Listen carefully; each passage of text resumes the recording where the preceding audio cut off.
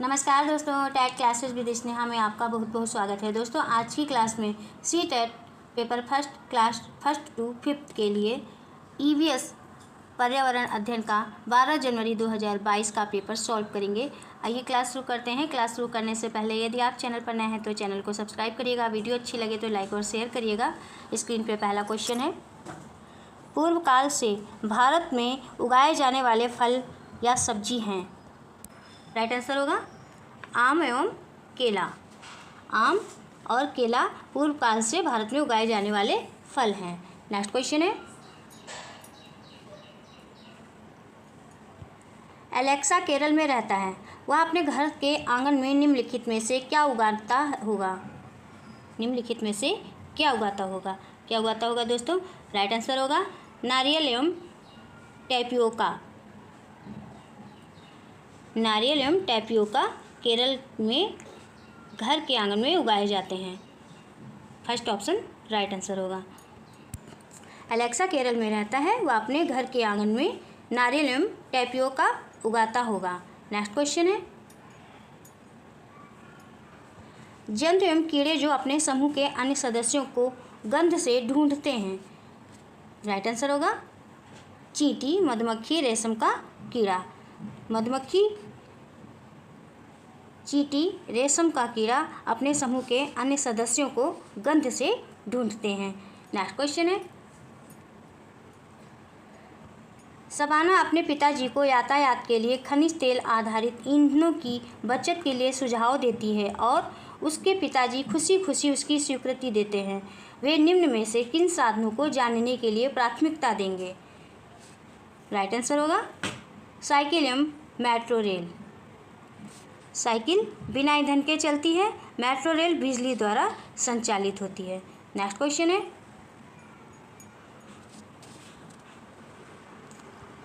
Summer को एक project के लिए ऐसे खाद्य सामग्री को चुनना था जो पौधे से ना लिया गया हो, वह चुनेगा। क्या चुनेगा दोस्तों। राइट आंसर क्या होगा दूध, शहद एवं अंडे। फोर्थ ऑप्शन राइट आंसर होगा। दूध, शहद एवं अंडे जंतुओं द्वारा प्राप्त पदार्थ हैं, ये पौधों से प्राप्त नहीं होते हैं। नेक्स्ट क्वेश्चन है,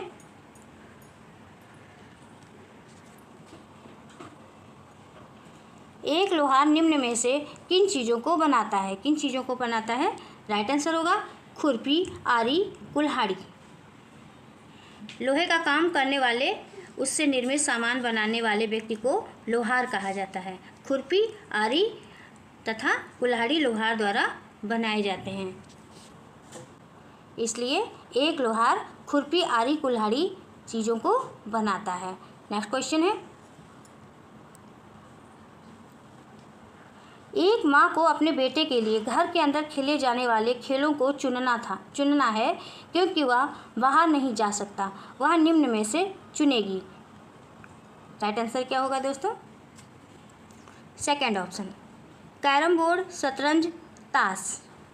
कैरम बोर्ड, शतरंज और ताश घर के अंदर खेले जाने वाले खेलों के प्रकार हैं, इसलिए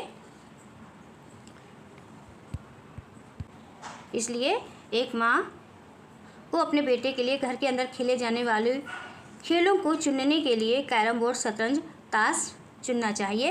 नेक्स्ट क्वेश्चन है, निम्नलिखित में से कौन से राज्यों का समूह अरब सागर के तट पर स्थित है। राइट आंसर होगा केरल, तमिलनाडु, महाराष्ट्र। अरब सागर के तट पर स्थित राज्य कौन से हैं दोस्तों। गुजरात, महाराष्ट्र पश्चिम और गोवा, केरल, कर्नाटक और तमिलनाडु हैं। बंगाल की खाड़ी के किनारे स्थित राज्य पश्चिम बंगाल, उड़ीसा, आंध्र प्रदेश और तमिलनाडु हैं। नेक्स्ट क्वेश्चन है, ग्रेगर मेंडल मटर के पौधों पर प्रयोगों के कारण प्रसिद्ध थे। अगर मूल पीढ़ी में मटर के पौधे के बीज हरे और पीले हों तो अगली पीढ़ी के मटर के बीजों के बारे में उनका कौन सा प्रेक्षण था। राइट आंसर होगा ज़्यादातर पौधों में पीले बीज थे। सेकंड ऑप्शन राइट आंसर होगा। मेंडल का जन्म सन 1922 में हुआ था। कब हुआ था दोस्तों। 1822 में हुआ था और और मेंडल ऑस्ट्रिया के रहने वाले थे। परीक्षण के आधार पर उनका मानना था कि अगर मूल पीढ़ी में मटर के पौधे के बीज हरे और पीले हों तो अगली पीढ़ी के मटर के बीज ज़्यादातर पीले होंगे। राइट आंसर होगा सेकंड ऑप्शन। नेक्स्ट क्वेश्चन है,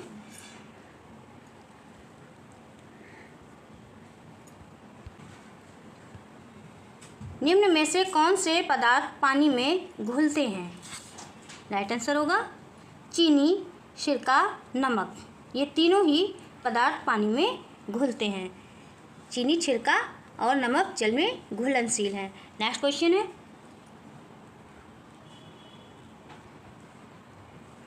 पारंपरिक तरीके से जल संग्रहण के लिए हमारे देश में उपयोग की जाने वाली संरचना टेस्ट में क्या फिल करेंगे दोस्तों? है। राइट आंसर होगा बावड़ी है। पारंपरिक तरीके से जल संग्रहण के लिए हमारे देश में उपयोग की जाने वाली संरचना बावड़ी है। नेक्स्ट क्वेश्चन है, अंतरिक्ष यान में यात्रा करते हुए अंतरिक्ष यात्रियों के बारे में निम्न में से क्या सही है? क्या सही है दोस्तों? राइट आंसर क्या होगा? ऑप्शन इस प्रकार से हैं।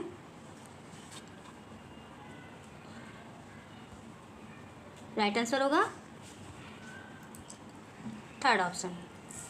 एक जगह पर टिक कर रहने के लिए वे अपने आप को बेल्ट से बांधते हैं।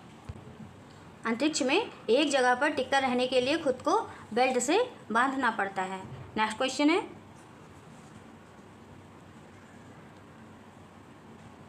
निम्नलिखित खिलाड़ियों में से कौन एक पैरा एथलीट है जो धैर्य और दृढ़ निश्चय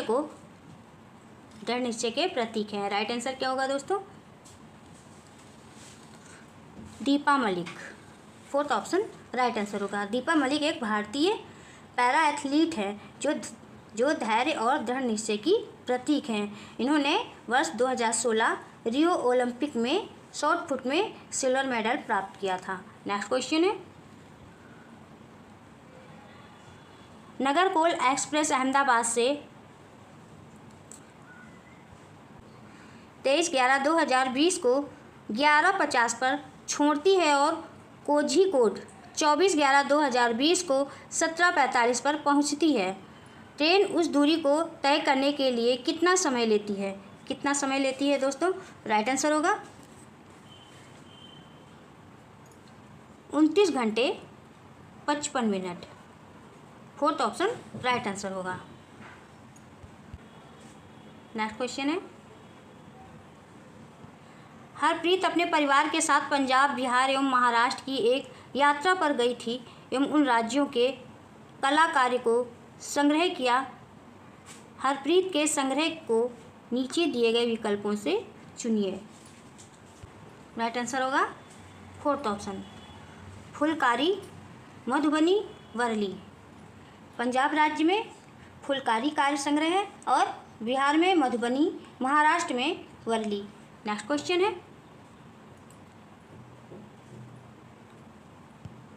एक अलग राज्य से नया लड़का आपकी कक्षा में शामिल होता है जिसमें मुख्य रूप से स्थानीय छात्र हैं। आप इस अवसर को छात्रों को अनुकूलन के बारे में सिखाने के अवसर के रूप में उपयोग करना चाहते हैं। निम्नलिखित में से कौन सी गतिविधि इस उद्देश्य के लिए उपयुक्त है? राइट आंसर होगा सेकंड ऑप्शन। कक्षा में नए छात्र के जीवन में विभिन्न परिवर्तनों और उसने उन्हें कैसे संभाला के बारे में चर्चा करें। कक्षा में नए विद्यार्थी के जीवन में विभिन्न परिवर्तन और उसने उन्हें कैसे संभाला के विषय में चर्चा करके एक अध्यापक एक नए विद्यार्थी को उस कक्षा जिसमें मुख्य रूप से स्थानीय छात्र हैं में अनुकूलन के विषय में सिखाने के अवसर के रूप में उपयोग करने के उद्देश्य को पूरा करने के लिए उपयुक्त गतिविधि के रूप में प्रयोग कर सकता है। नेक्स्ट क्वेश्चन है,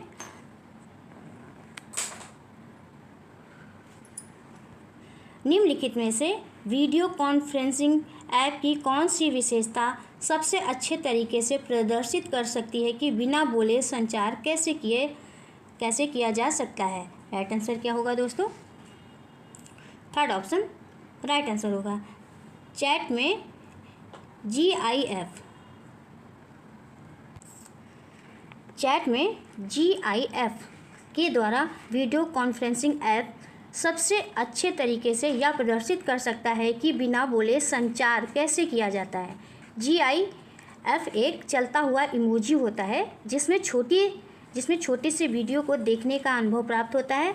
इसका पूरा नाम ग्राफिक्स इंटरचेंज फॉर्मेट होता है। नेक्स्ट क्वेश्चन है,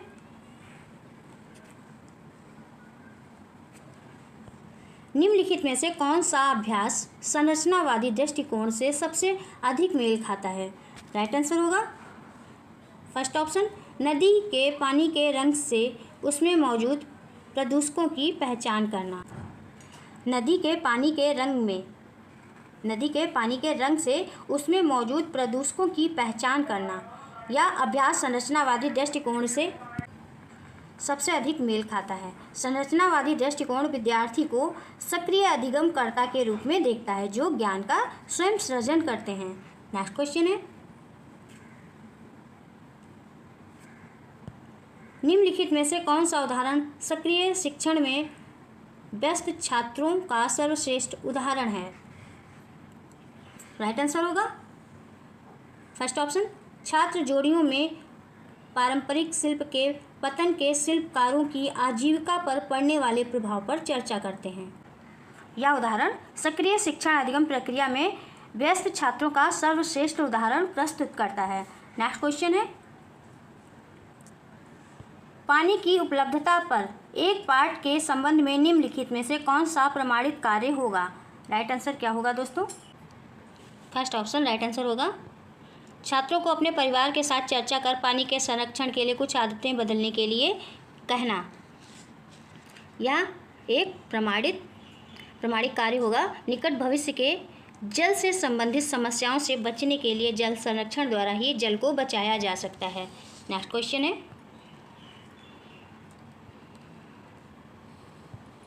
अगर बहरेपन और गूंगेपन की अक्षमता और बिना बोले संवाद कैसे करें, इस बारे में एक अध्याय पढ़ा रहे हैं।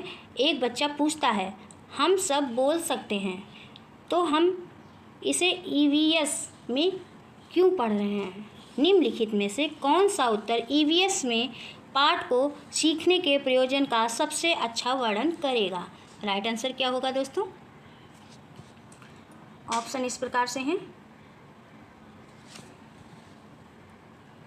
सेकेंड ऑप्शन राइट आंसर होगा।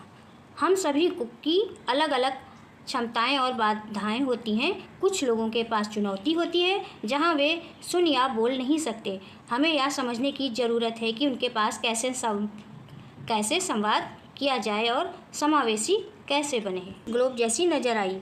उपरोक्त पाठ का उपयोग कक्षा 5 के छात्रों को अंतरिक्ष की अवधारणा से परिचित कराने के लिए किया गया है। निम्नलिखित में से कौन सा प्रश्न शाहमीर के प्रश्न को हल करने में मदद करेगा? ऑप्शन इस प्रकार से है। राइट आंसर क्या होगा दोस्तों?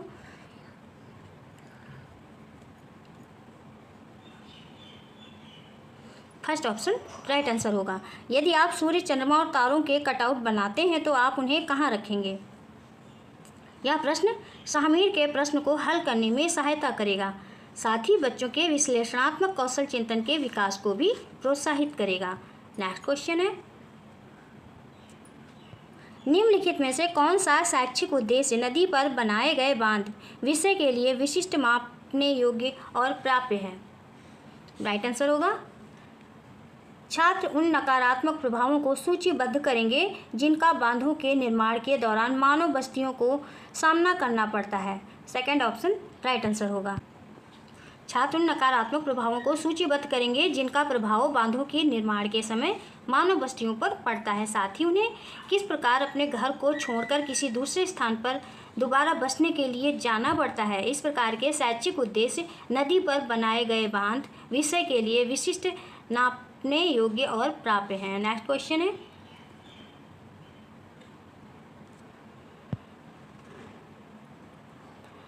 आप आगामी प्रदर्शनी के लिए प्रोजेक्ट बनाने हेतु अपनी कक्षा में 15 चार्ट पेपर लाए हैं ताकि छात्र प्रोजेक्ट बनाने के लिए उसका प्रयोग कर सकें। आपने छात्रों से कहा कि चार्ट पेपर समाप्त होने के बाद उन्हें नए चार्ट पेपर नहीं दिए जाएंगे, इसलिए उन्हें चार्ट पेपर का प्रयोग किफ़ायती तरीके से करना चाहिए। निम्नलिखित में से कौन सी क्रिया छात्रों को उन संसाधनों के संरक्षण पर विचार करने में सबसे कम मदद करेगी जिनकी मात्रा सीमित है? ऑप्शन इस प्रकार से हैं। राइट आंसर होगा फर्स्ट ऑप्शन। उन परियोजनाओं पर चर्चा करना जिन्हें चार्ट पेपर की आवश्यकता नहीं है और वे सभी भी विज्ञान प्रदर्शनी के लिए अच्छे विकल्प कैसे हो सकते हैं? नेक्स्ट क्वेश्चन है,